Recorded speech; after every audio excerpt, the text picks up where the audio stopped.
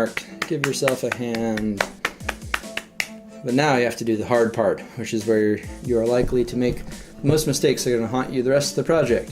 Which is now we need to take the jigsaw to all of these wood pieces, cut everything out, and then kind of sit them on top of each other and see how horrible the alignment is. Let's go do it.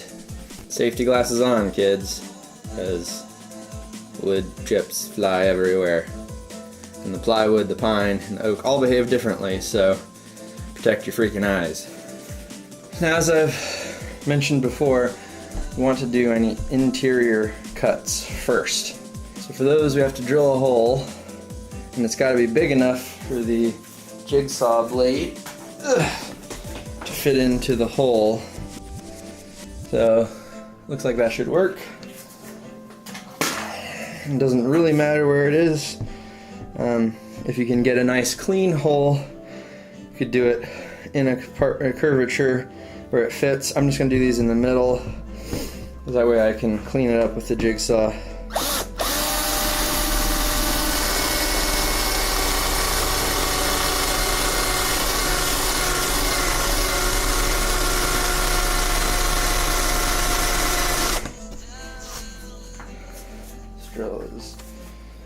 Battery is dying.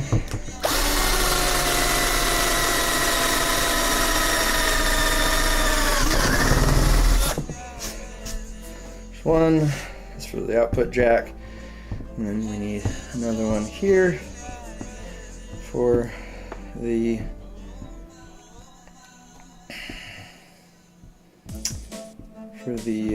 cavity cover recess.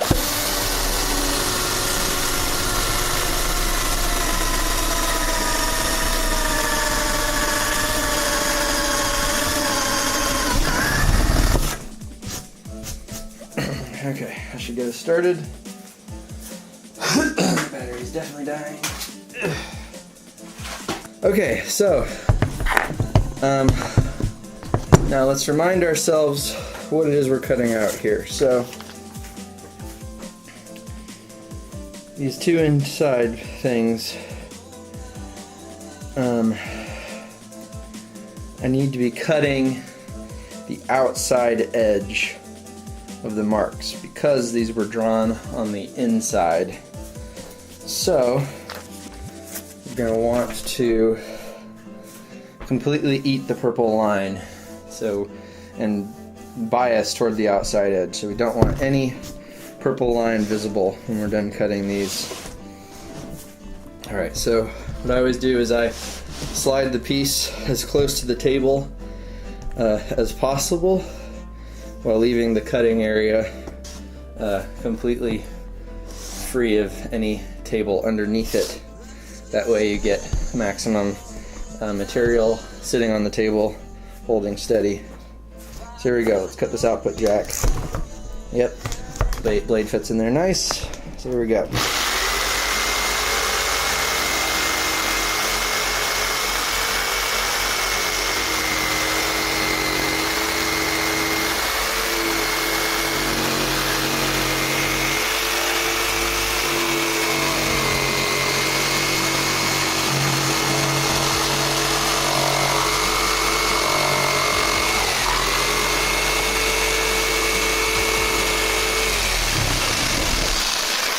One of the main benefits of the jigsaw that you see there is it just turns through corners like butter.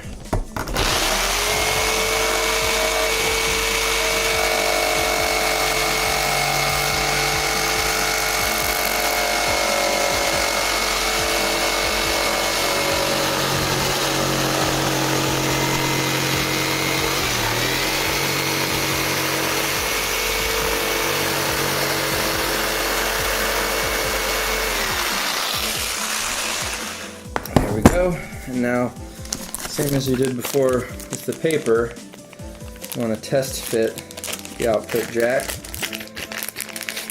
Make sure it fully seats in the hole there. And yes, it does. Seats all the way down. So, well, actually, yeah, no, that is the correct side. Okay, so we're good. Alright, now to do the cavity door. Slide this piece out a little further, make sure I don't hit my table.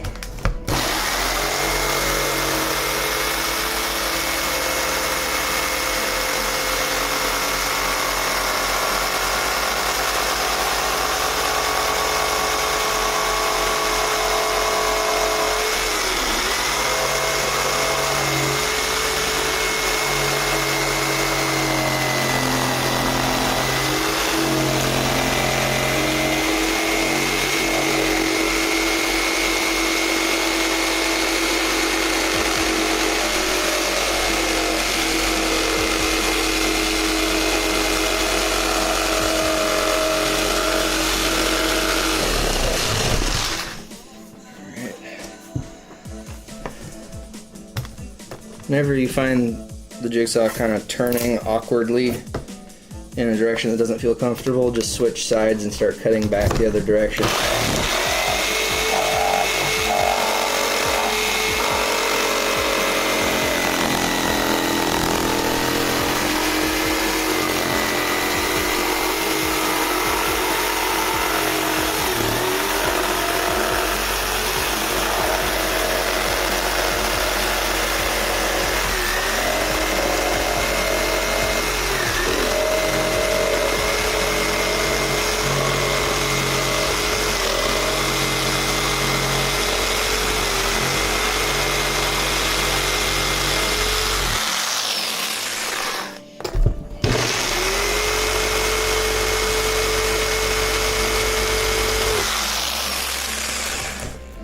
Okay, so as I mentioned, this would be the appropriate time to test fit this P-base door, but I don't have it. So I see some places where it kind of is bowing in a little bit. I'm going to just widen those a little bit.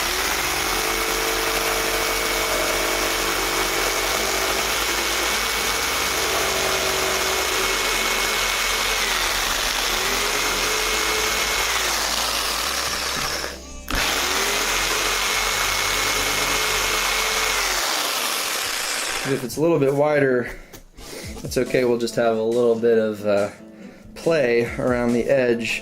If it's not big enough, then it's not going to fit. We'll have to try to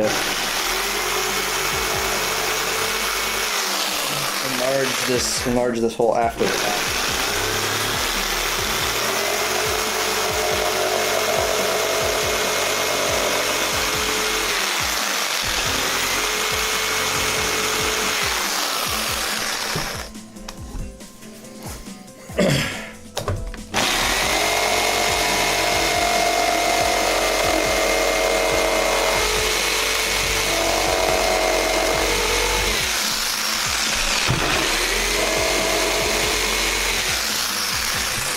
Alright, so that's about as good as we're going to do. The jigsaw is not great for cutting back over itself.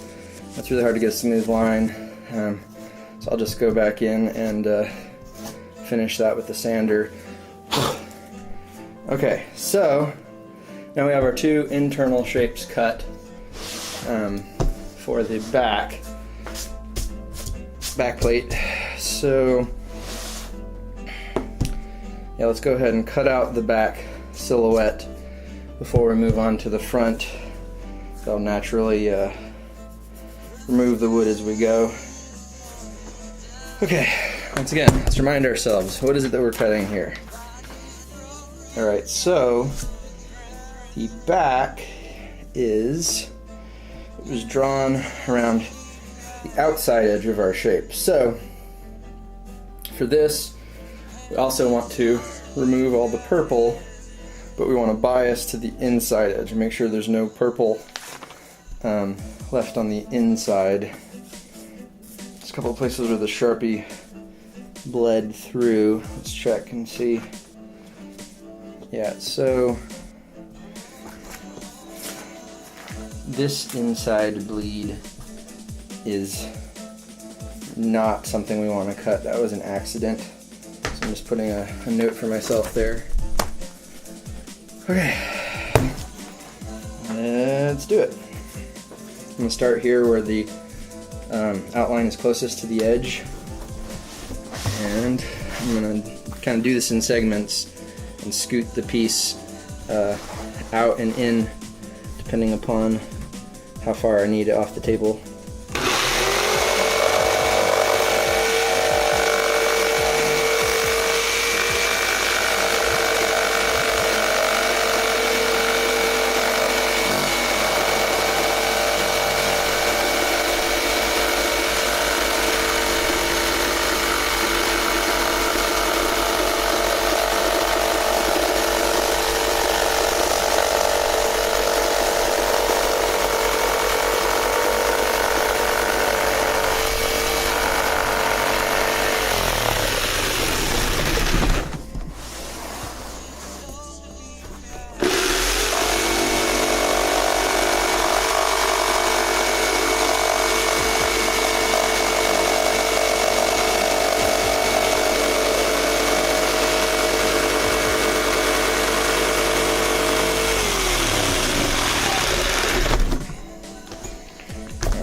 So now, because this is getting close to the side where I'm going to be cutting it out from the wood, I'm going to go back the other direction, just so that I keep as much structural integrity to the overall piece as I can as I'm cutting. So that's going to give you the most stability and the best results, less likelihood for parts to break or be unsupported as you're cutting them. Alright, that line is far enough off the table. Here we go.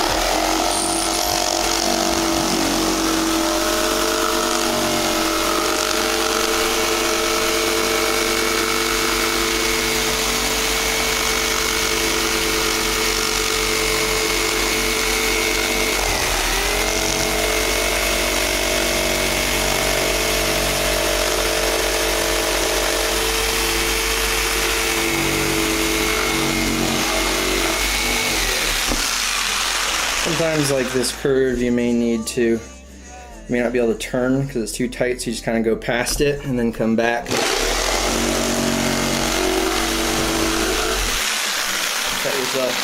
Cut yourself the space that you need to go back and get the line you want.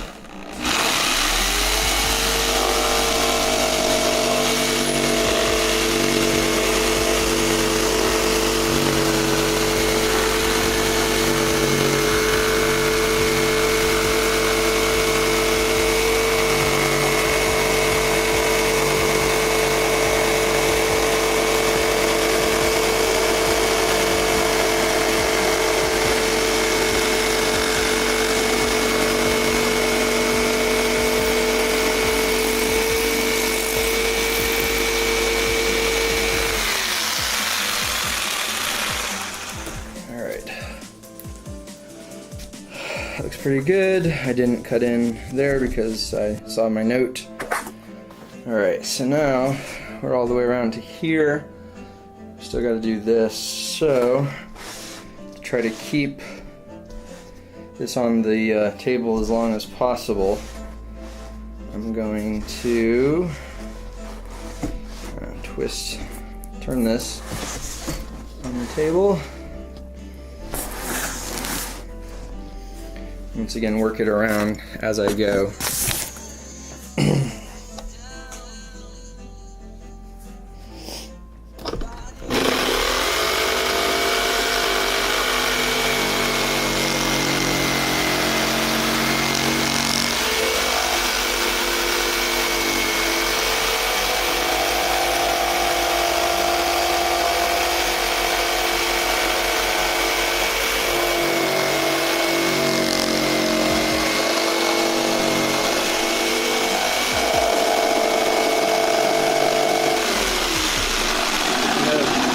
You can see what I'm doing here. I'm using my hand to support the piece as it comes further and further off the table, and I'm holding it really rigidly, trying to give it close to the stability that it would have if it was sitting on the table, and prevent it from wobbling back and forth, because the jigsaw naturally does this to the material.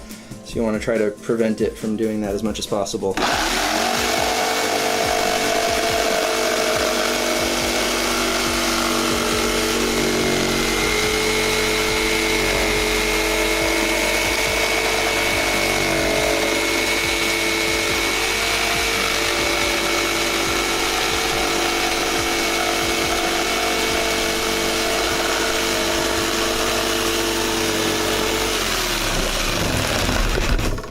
So as I'm approaching the edge of the table here, I can see the only thing I have left is this curve. So, 1, 2. Now this is a dangerous spot because this is pretty thin, and like I said, the jigsaw naturally goes blah, blah, blah, blah, blah, and makes the material pop up and down, so it could break through here pretty easily. So gotta take it slow, and I'm gonna switch back around. So I prefer to cut with the piece on the inside of my right hand. Whatever feels comfortable for you is fine. Just know your preferences and try to give yourself the best chance of success.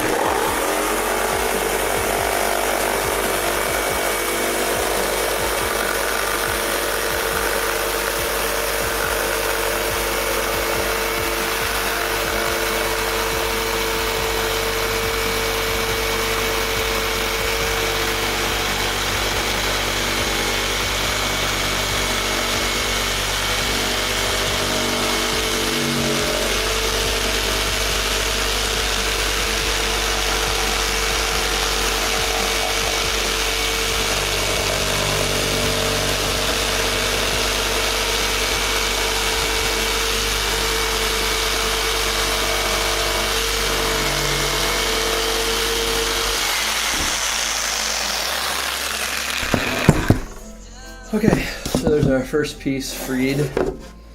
Once again, this is the back plate. We have our access door and our output jack hole. So, good start. Let's go. Now, like I said, these materials all behave differently when you cut them. The jigsaw, you want to go really slow on this plywood because it has a tendency to tear out real easily, where the veneer on the face or the little bits on the inside, you can see here, this ripped out all the bits on the inside, so we're gonna have to wood fill that. In fact, I'm gonna do that now so it can be drying while we're prepping this other stuff. So yeah, you just want to go slow on the plywood because of its tendency to tear out.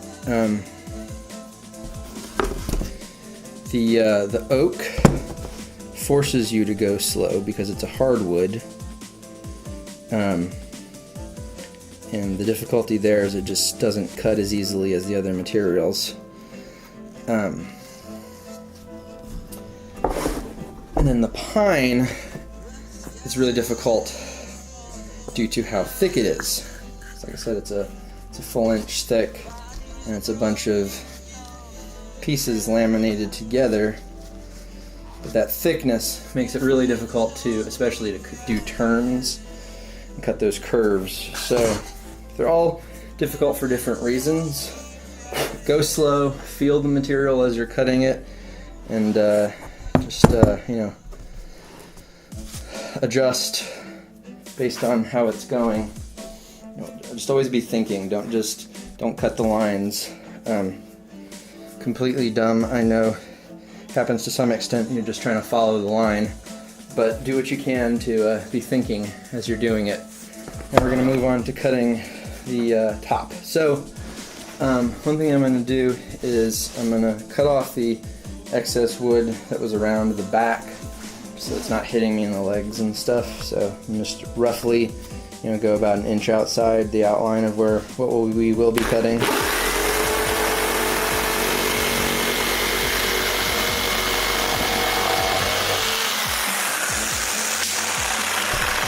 I'll get these out of the way so that they're not impeding anything, but we don't want to remove any material that will be useful to hold this in place and into the piece. So I'm only gonna cut this about there.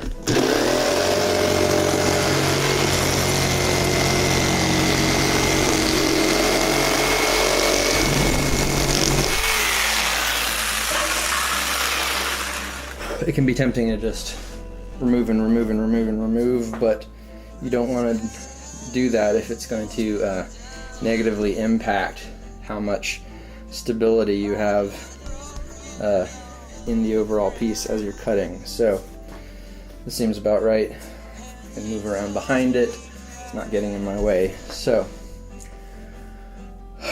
alright, so now let's remind ourselves what we're doing. This is the top. This template is cut to shreds because we took the neck riser pieces out of it. Neck and tail riser pieces. Okay. I still have them. So this purple outline, once again, it's around the outside edge.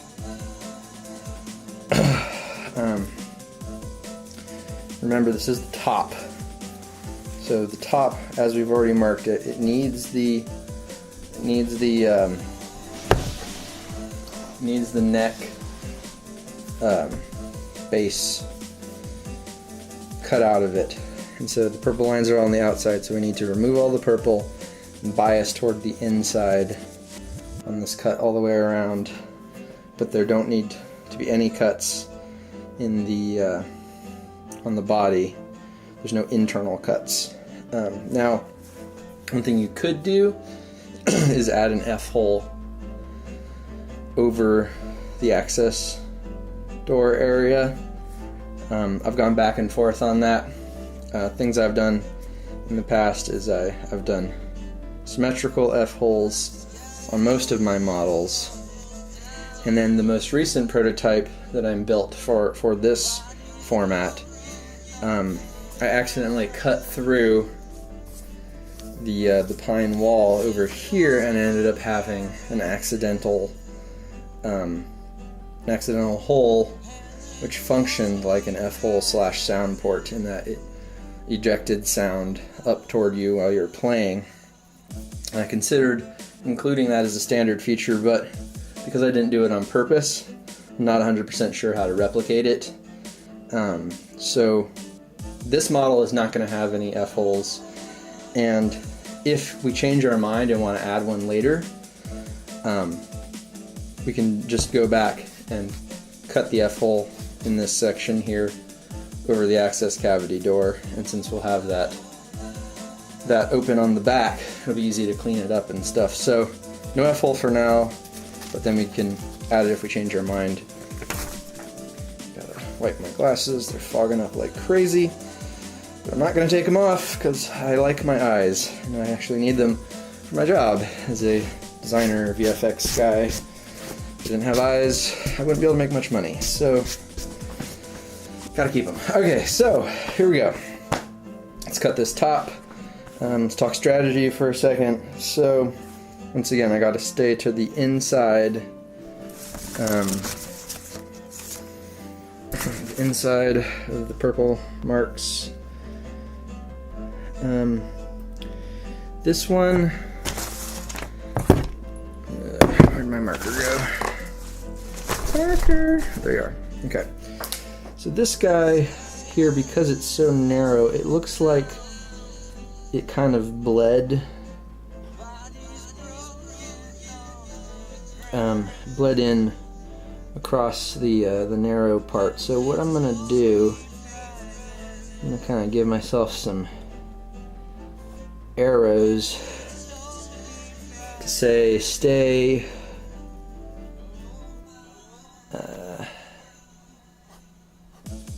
outside here. So this one, this line here, we actually don't want to stay to the inside. We want to kind of just cut the center line of the purple / stay to the outside. So I put a note for myself, stay on the outside there.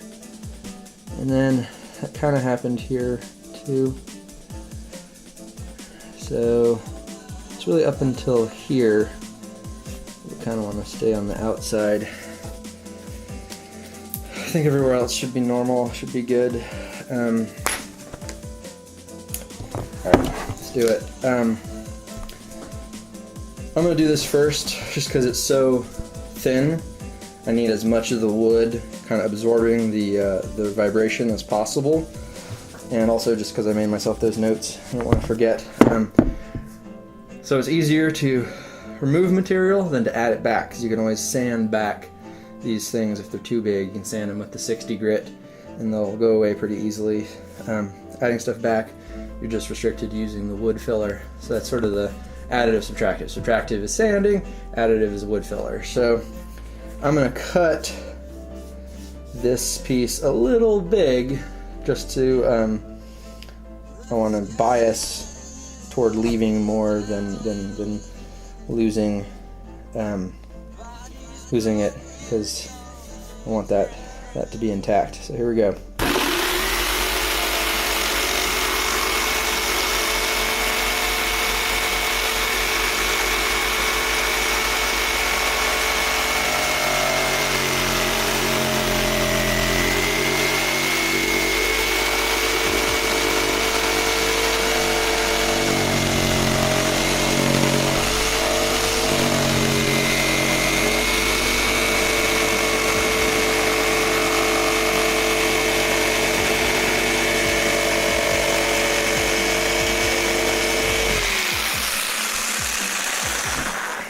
So, because I have the neck sitting right here, let's just see,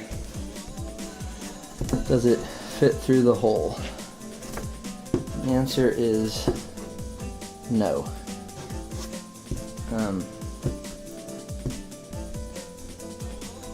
Once again, I did cut it too big on purpose. It looks like that's going to be too big. So, once again, test fitting, super important. So I am going to cut this inside line closer.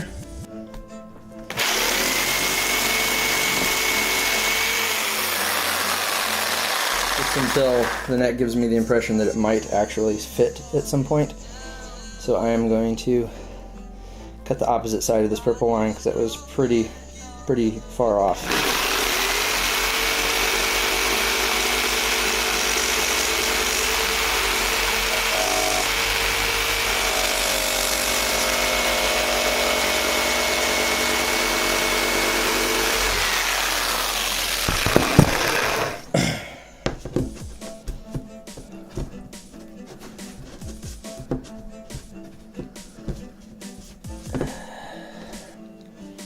Glasses off so I can see what's happening here. Okay, well, there's a couple things. One is these corners are too rounded. It's preventing the neck from getting in there, so I'm gonna make this a little pointier.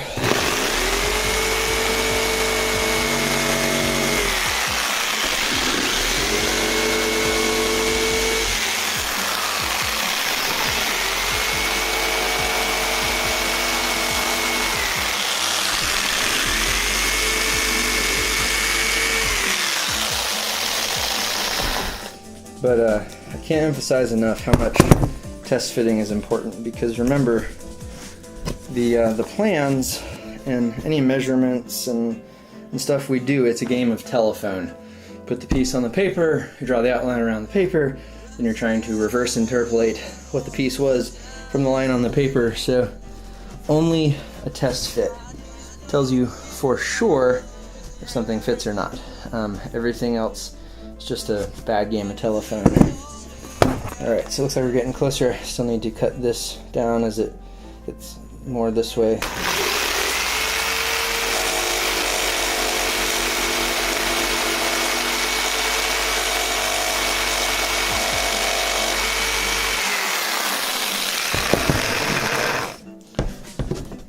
Alright.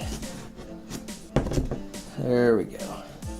Okay, so the neck goes in, and this isn't super tight, but that's okay, because remember, this top is just a veneer, basically. A 1/4 inch thick veneer that goes on top of the pine and oak underneath it. So as long as the neck gets through there, we're fine, and then we can. Just had a client message me, so I need to go do some VFX work, but I'm going to finish cutting this top out first, and then we can go from there. So once again, I got the neck fit, that's good. The outline, remember, bled here, so I'm going to cut more toward the center or the outside edge until about here. So let's do that.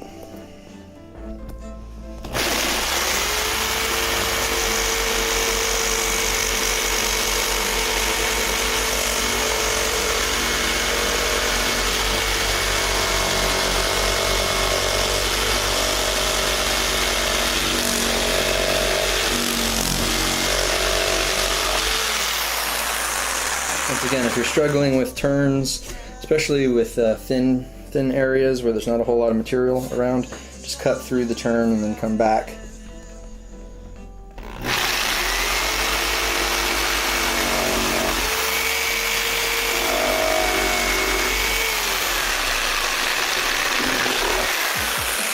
I'll just cut through the turn again and make myself a little notch to open up the approach that I want to come at this from.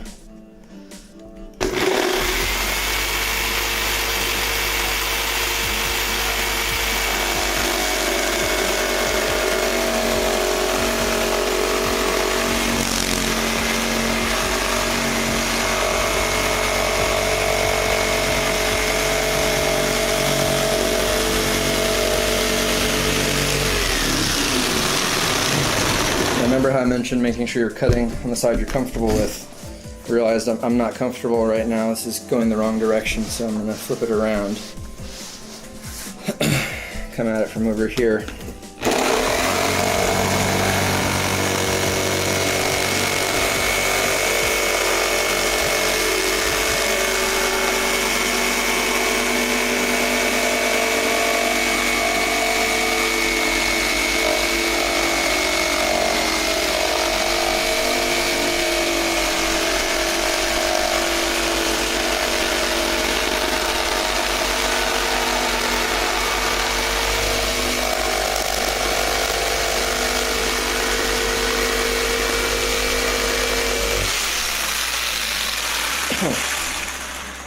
Alright, so that worked out better. Once again, the part of it that is attached to the larger piece, I want to hang on to that as long as possible. So I'm going to keep cutting this direction.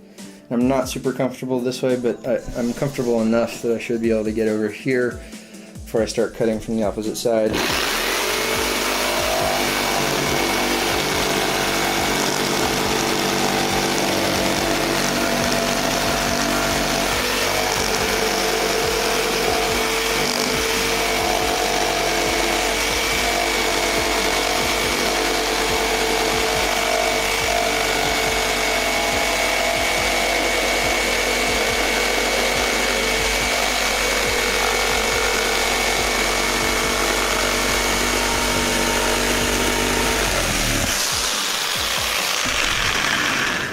Alright, so I've cut all the way through to here now. So we're getting to the point now where we're going to actually be removing the piece, removing it from the top from the larger piece as we are cutting this line. So a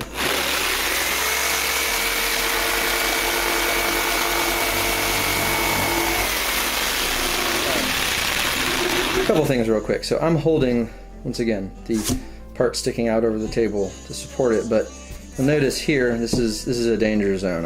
I'm holding this, and my fingers are sticking out far enough that if I come back through here, I could cut my fingers off, or just, you know, injure them severely. So I'm holding it here as I'm cutting this line, but as I get closer here, I'm going to need to reconfigure things and scoot my hand to a different position where it's more safely out of the way. So anyways, gotta move your hand out of the way.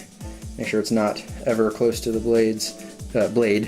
And then the other thing I meant to explain is when I say comfortable, when I'm talking about being comfortable cutting a line, I mean approaching it from the side you are, like how well can you stay on the line you intend to cut.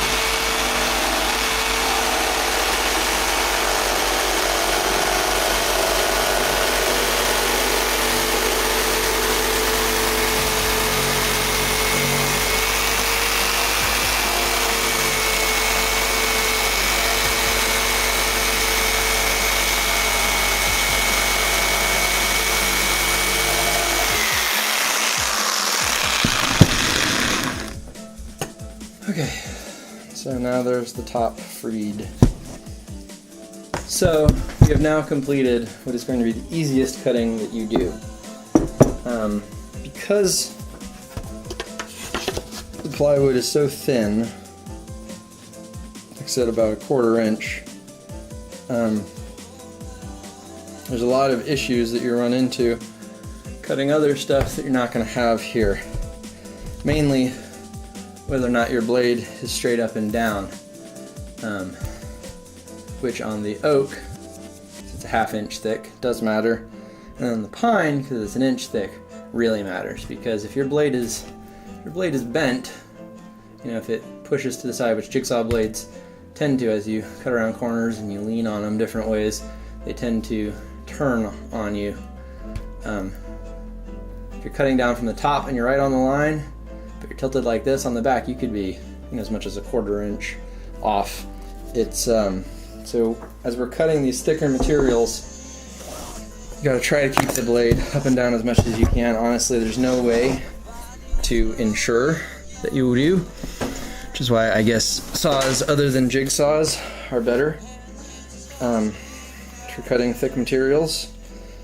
But once again, I've never had access to one, so we're just gonna stay the course. Alright, so oak or pine next? Let's do the pine. I'm in the mood for a challenge. Okay, so once again, these are the pine wings. You have the inside edges where it's going to mate to the oak, are pre-cut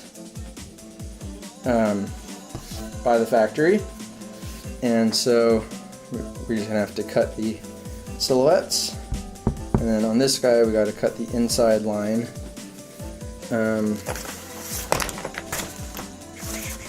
Let's check our template again, make sure what we're doing. Okay, so purple is on the outside edge of the template, so we're going to want to bias toward the inside. Though on this, you know, I might give ourselves a little more space to work with, and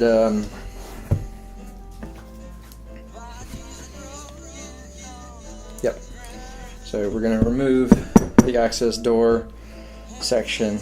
Once again, like I said, this is going to become fragile. This curve is going to become fragile because of how thin it is. It's only about 1 inch thick after we cut this out. So just have to plan ahead, thinking through that, and definitely need to remove this first. Alrighty, here we go.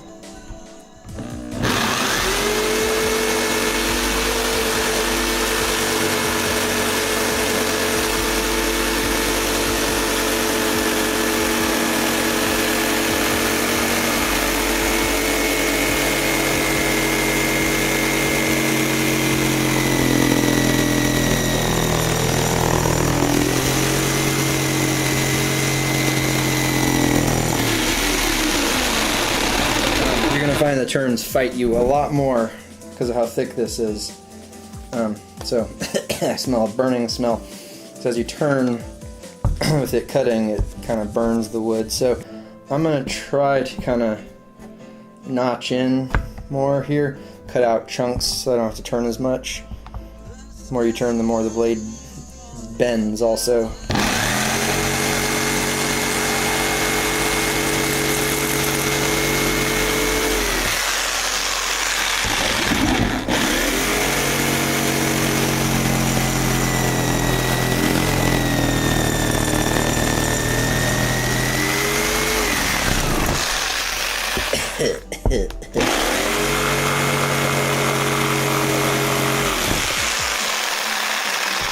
Yeah, I can see that on my initial cut it's even bent a little like that.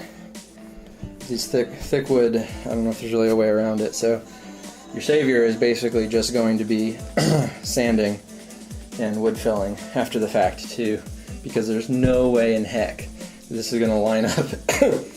Yeah, the silhouette is going to line up exactly with the outside edges of the plywood. It's just not going to. So just kind of have to fix it on the back side.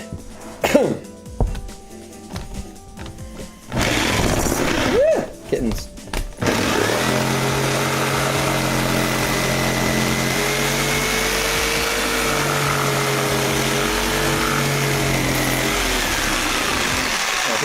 Here's another trick. You can kind of skip like the tight turn.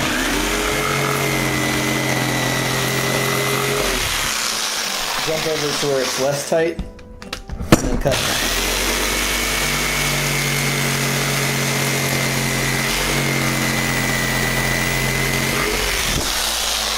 And cut back into the corner like that. Piece of wood, pull out of there. Okay. All right. Now we soldier on.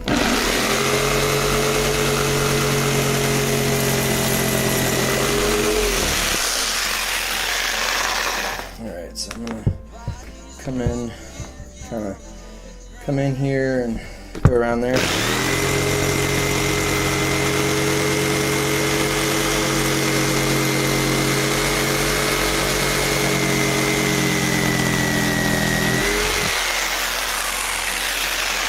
Alright, and then 2 more cuts.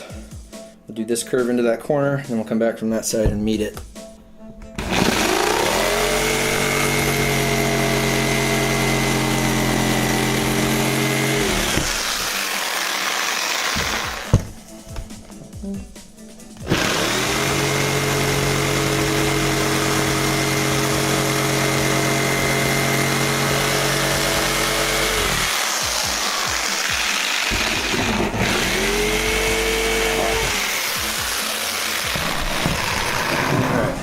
There we go. Got our access door cut out. So that's the only internal cut on the pine wings. Well, it's not fully internal, so you didn't have to drill a hole first, and like we did with the truly internal cuts on the plywood, but internal enough in that it is not the outline. So now we just need to cut the outlines. So thinking about this, if it would be more stressful to the piece to cut this section or the section around the access hatch first. I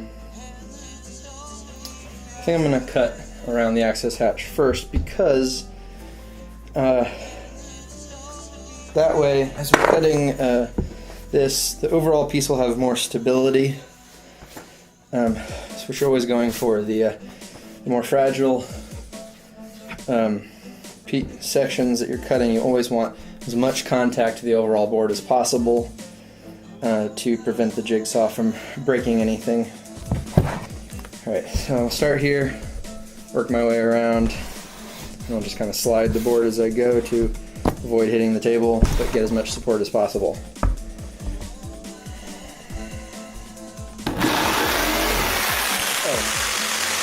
And I should note, because of how likely the blade is to bend on such thick wood, I'm actually going to cut outside the purple line just to give myself a little bit more wiggle room, because this pine sands down really, really easy because it's a soft wood.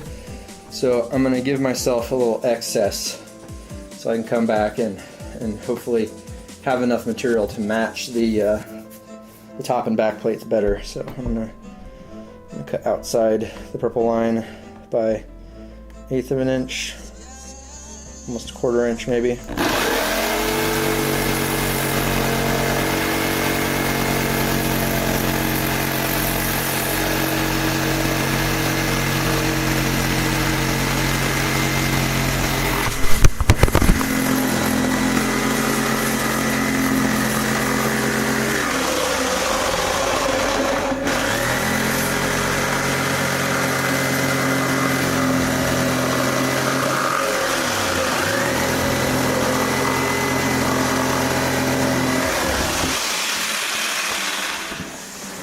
Okay.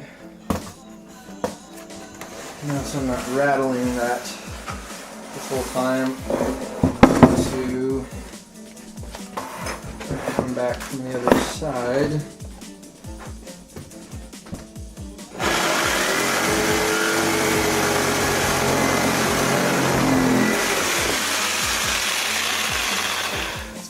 issue. Alright, I think I'll just go back to what I was doing, though this is not my most comfortable side, but the curves are better. Oh, sawdust. The curves are better suited to the saw, so I'm just going to keep going this way. Hold the piece with my left hand, my non-dominant hand.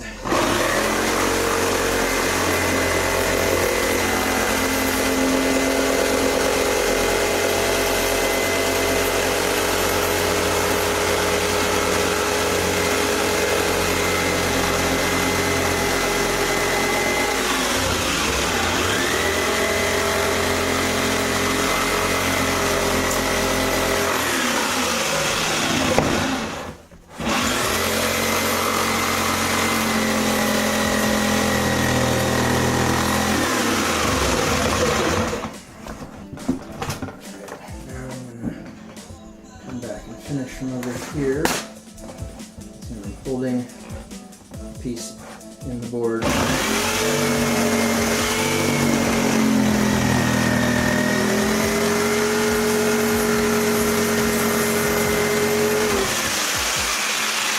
had to go around it to get the curve, and I'm going to come back.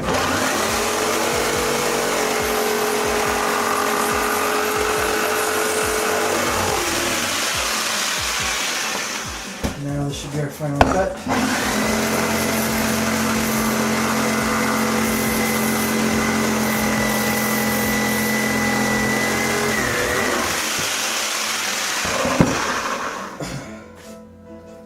Alright, so there's pine wing number 1. That's the upper bout. Very, very light. Now, I need to cut the lower bout. Once again, keep that outside the line thing.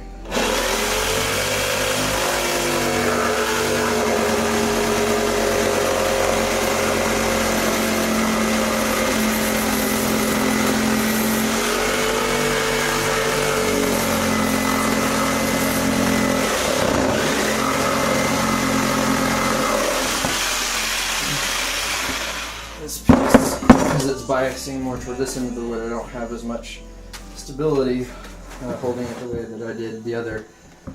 So I'm going to have to kind of try to hold it down in the middle. Alright, so we got real close to finishing cutting this out. Let's go ahead and complete that.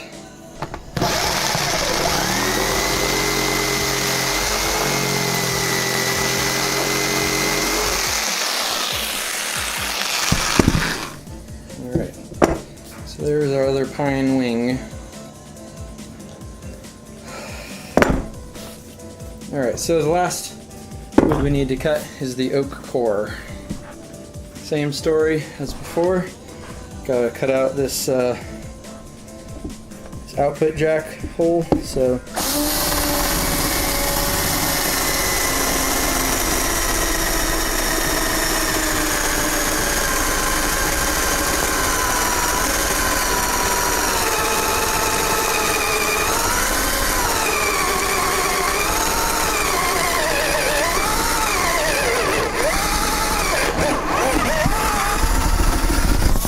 there we go. Barely made it through the last of that battery.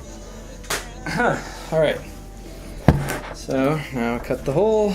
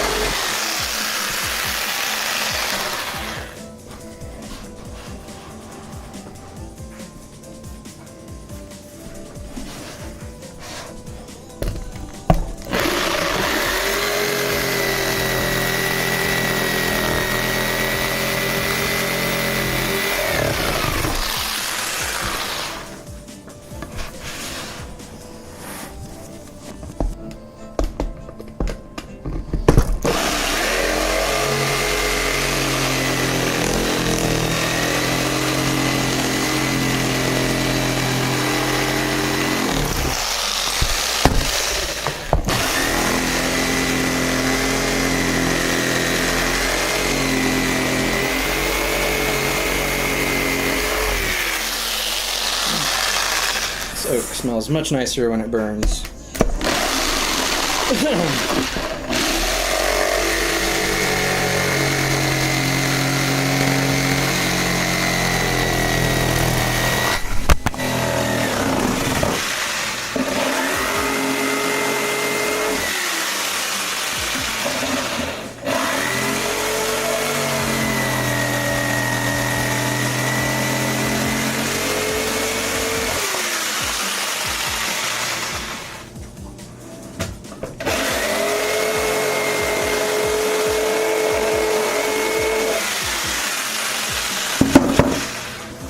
So this, on this piece, the HEPA jack is actually on the non-template side, so I check to make sure it fits. It does not. So we need to expand this from this side.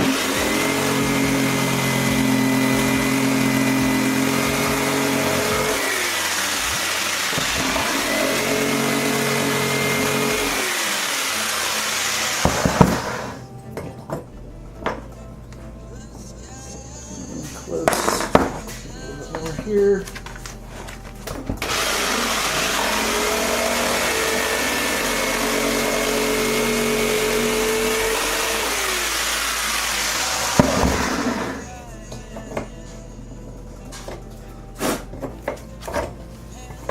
Test fitting is the only truth.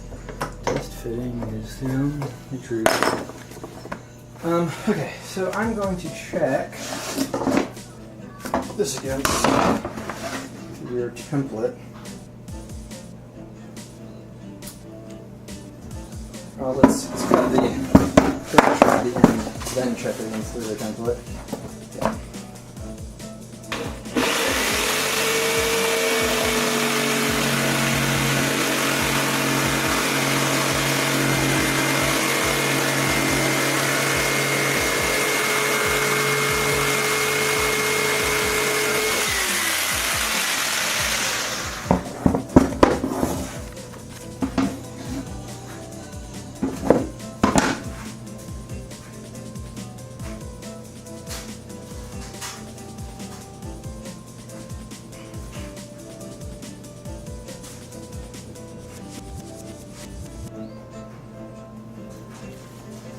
Check back template.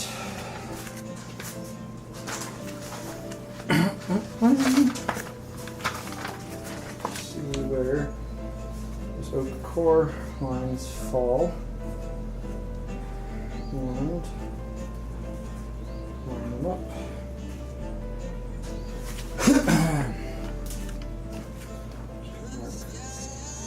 Core lines. Yep. These. Good.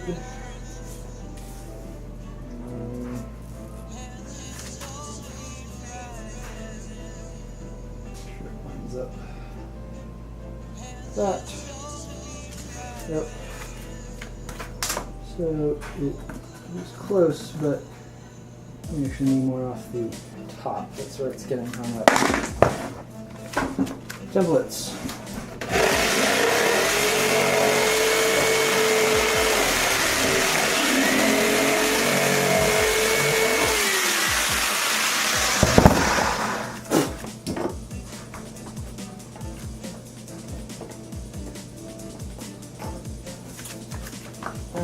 You know what, I think what I'm going to do, so it's actually this jack is kind of getting in the way, but it only needs to be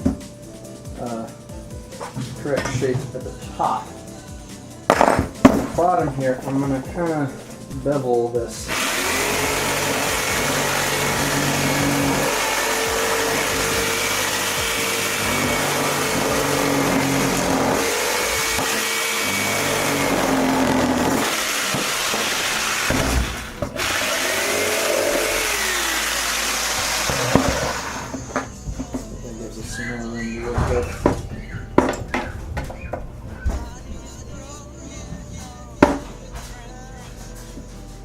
Yeah, it's definitely better. A little bit more.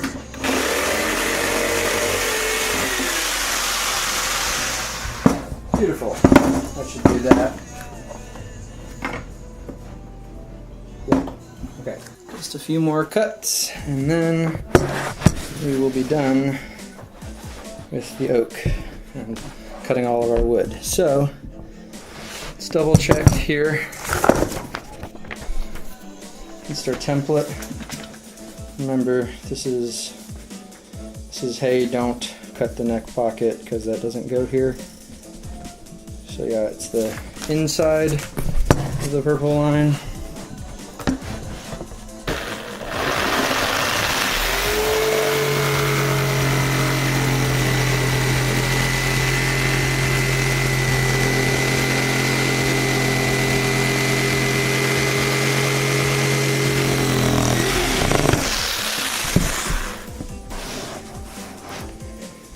And this cut is going to separate this thing, so let's put it on the table and hold the rest of the piece.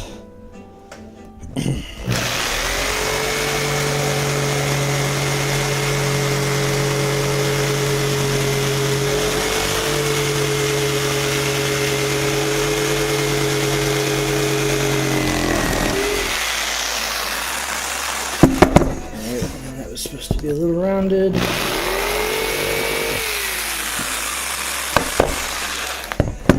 Right on. Alright, so that's our oak core, the bottom layer, the one that's from front to back of the instrument.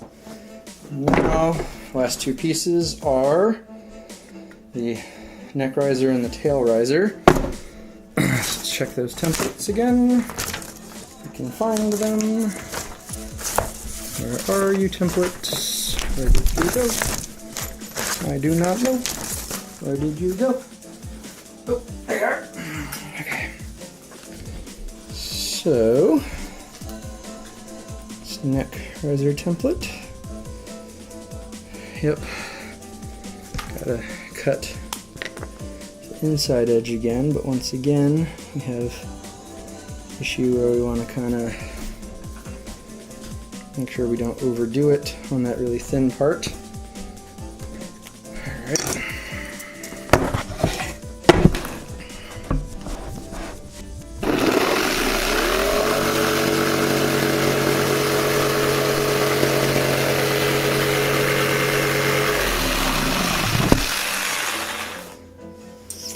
You know, since this is the first time I'm building this, I just want to make sure of something real quick. I'm concerned about the pine wings having something to stick onto.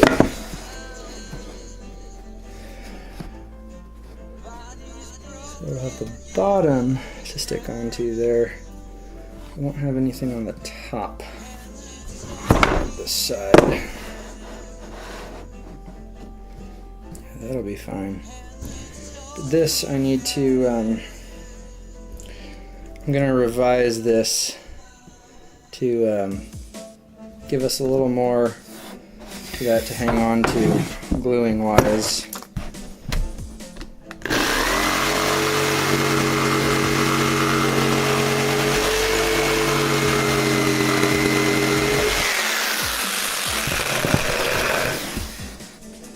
Yeah, that should work a lot better.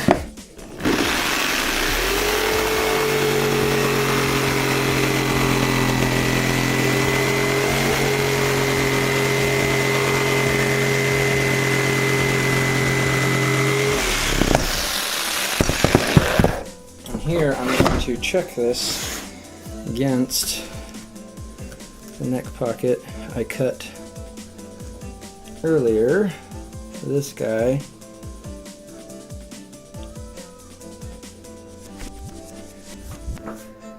So it looks like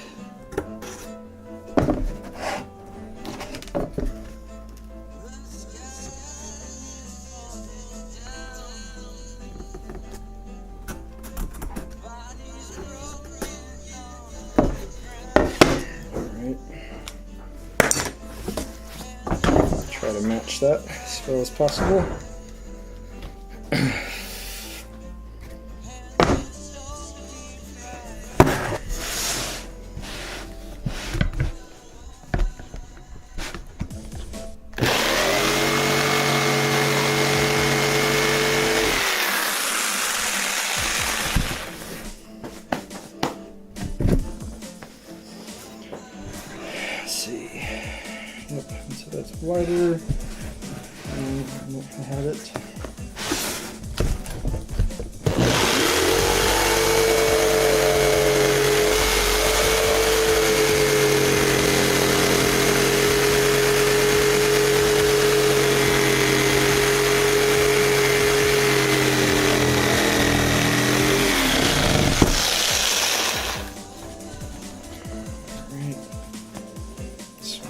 Here.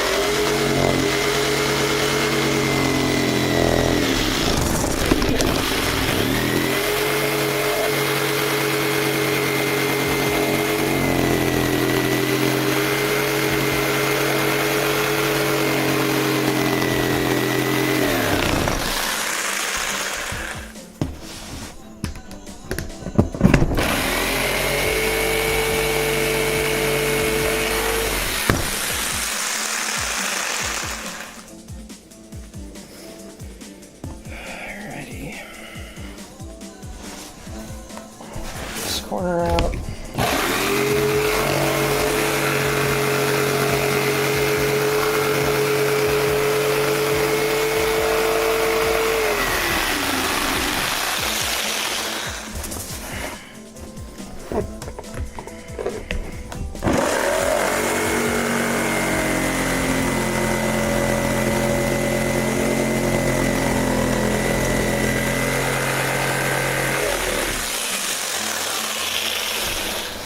Back, get the corner.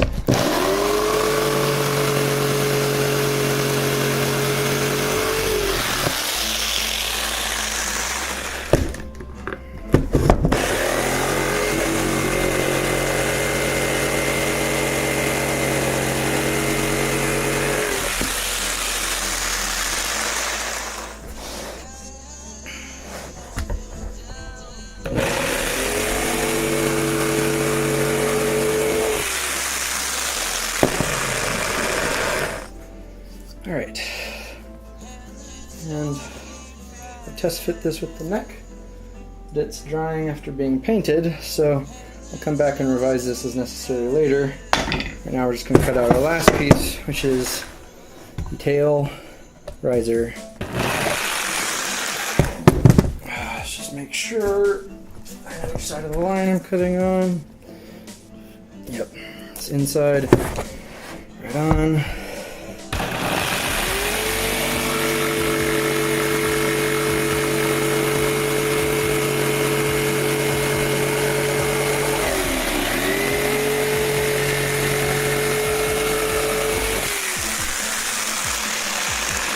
Alright, that's the outside edge.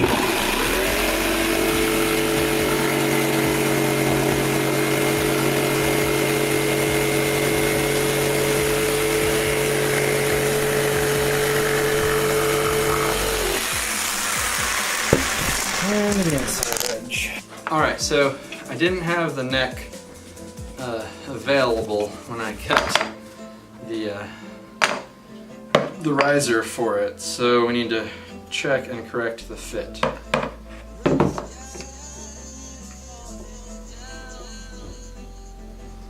Well, observation number one, it doesn't fit.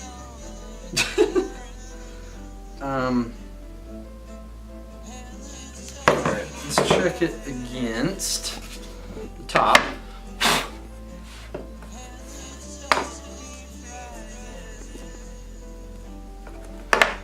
Top does fit.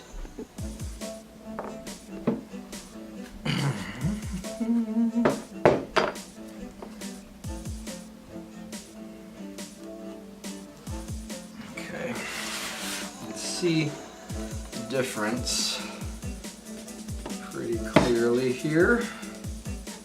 Okay, so the oak sticks out further, and it has, I need to have the pocket more squared off in the corners. So I'll try to do that. See if that helps. So you may notice all my talk about using large boards to hold things and stuff, well, not an option anymore. So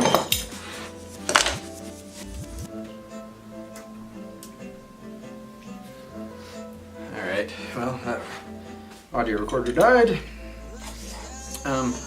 So what we're going to do is we're going to clamp this down to the table with the marks I just made facing up so that we can do them. And to clamp a piece down to the table, what you need is a couple scrap pieces of ply, because if you don't use that, then the force of this thing is going to put dents in your table, your part, or both.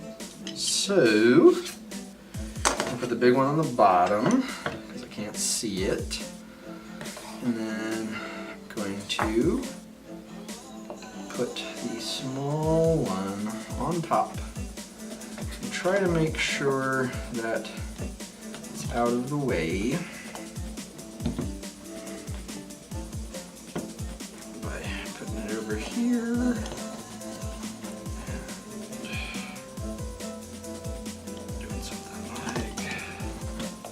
That.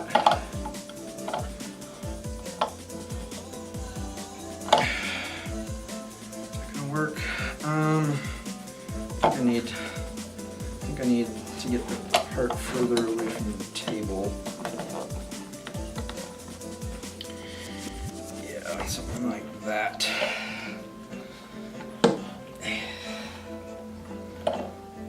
There we go. Okay. So, safety glasses on, and let's see what this does.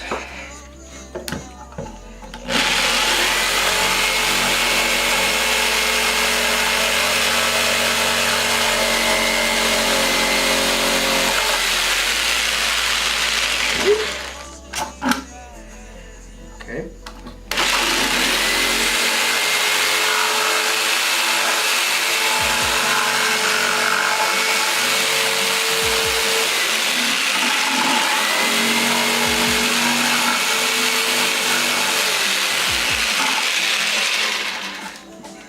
The other side.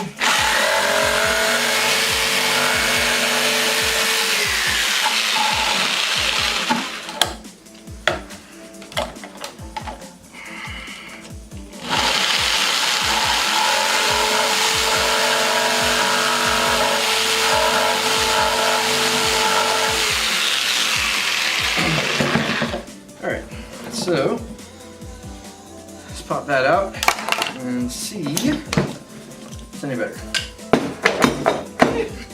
Scrap plywood's running away.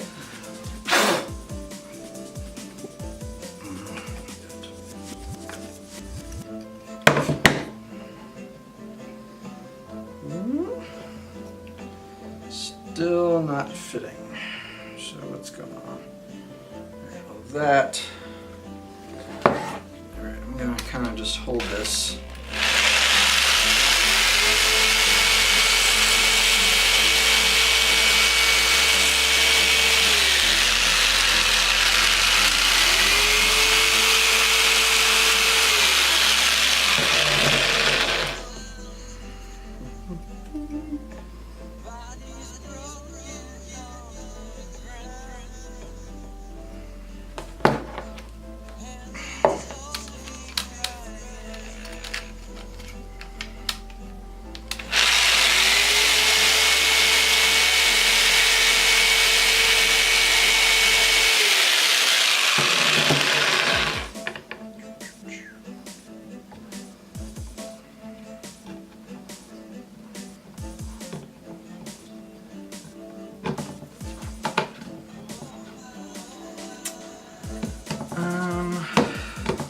That kind of fits, but I think it's having to bend the wood. Okay, let's Still need to cut those corners deeper.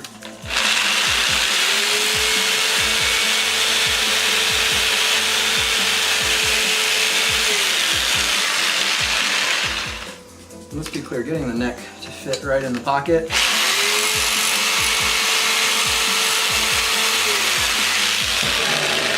definitely one of the biggest challenges of building this thing, or any instrument with a bolt-on neck, really.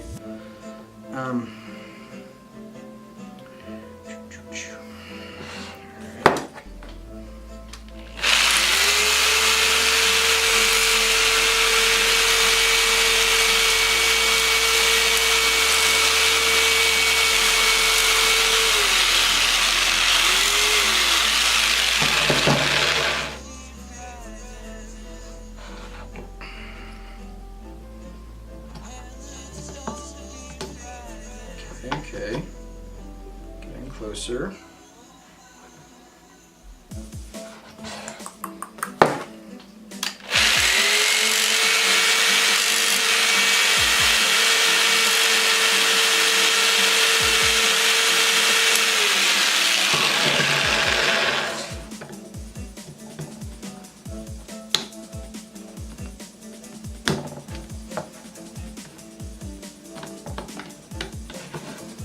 Chop this a little bit off the end.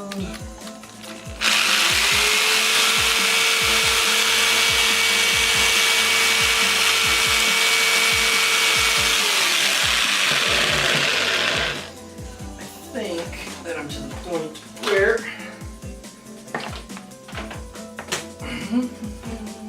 sander is going to be more effective with 60 grit piece on it.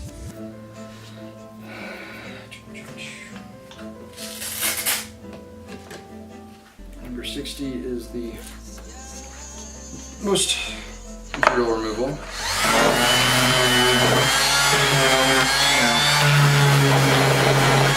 This is hard oak,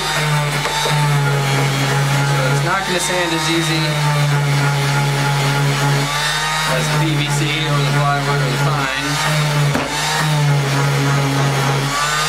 But it will still sand, it'll just take longer.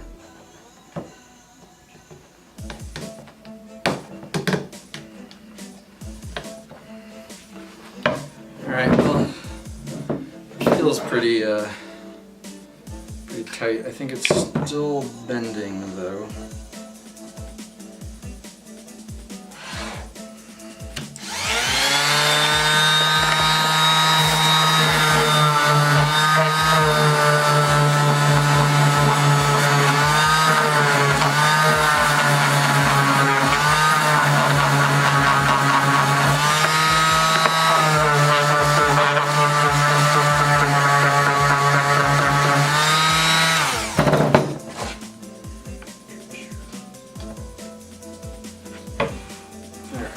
That looks pretty good and bend free.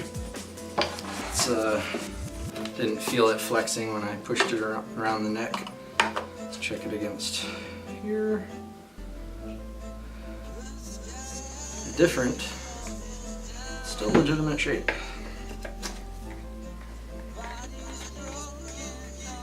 So let's make sure that it can sit in both of these at the same time.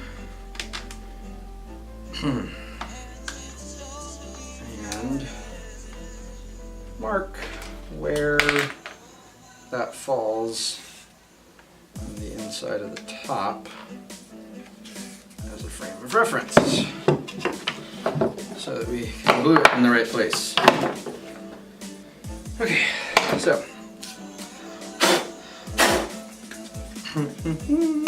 yes, there's sawdust everywhere. Everywhere. Everywhere. Okay, what's next? Alright. Well, we have one last piece of wood that we need to cut. This was a last minute revision, but you will see it on the final plans. what this piece does is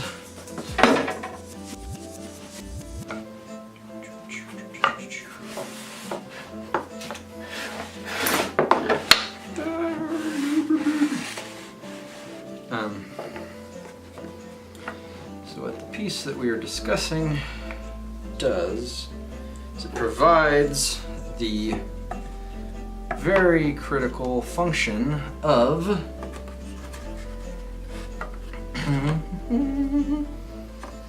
giving us a material where we need it here to get the bevel cut correctly. So what we need for this is 1/2 inch by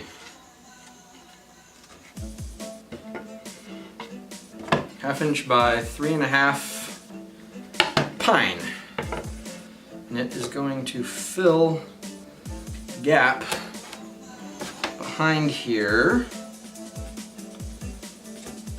up until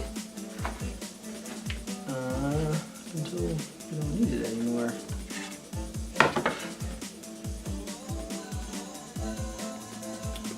True. I'm just eyeballing this here, but it'll be marked clearly on final plans that you can buy from Cellotar.com.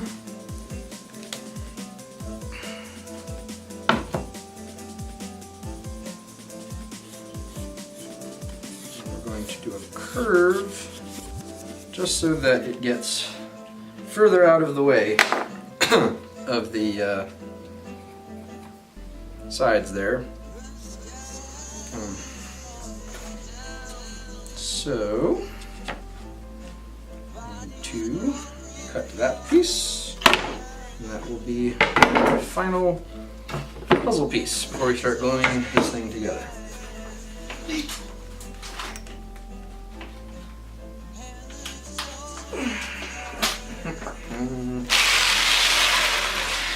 Righto.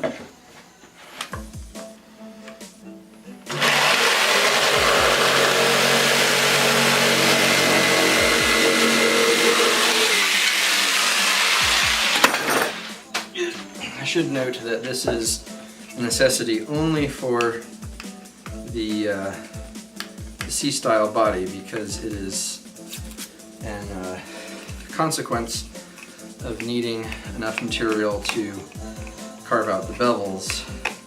So on the S-style body, you don't need this piece.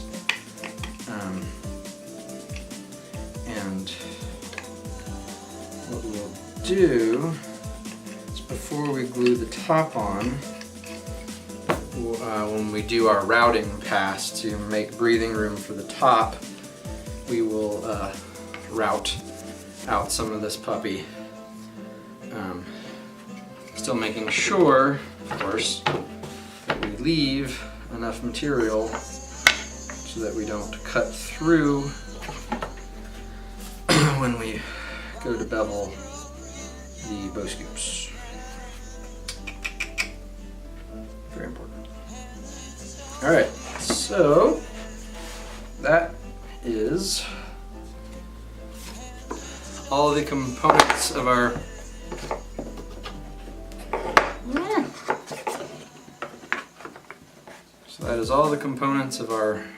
Cellotar sandwich.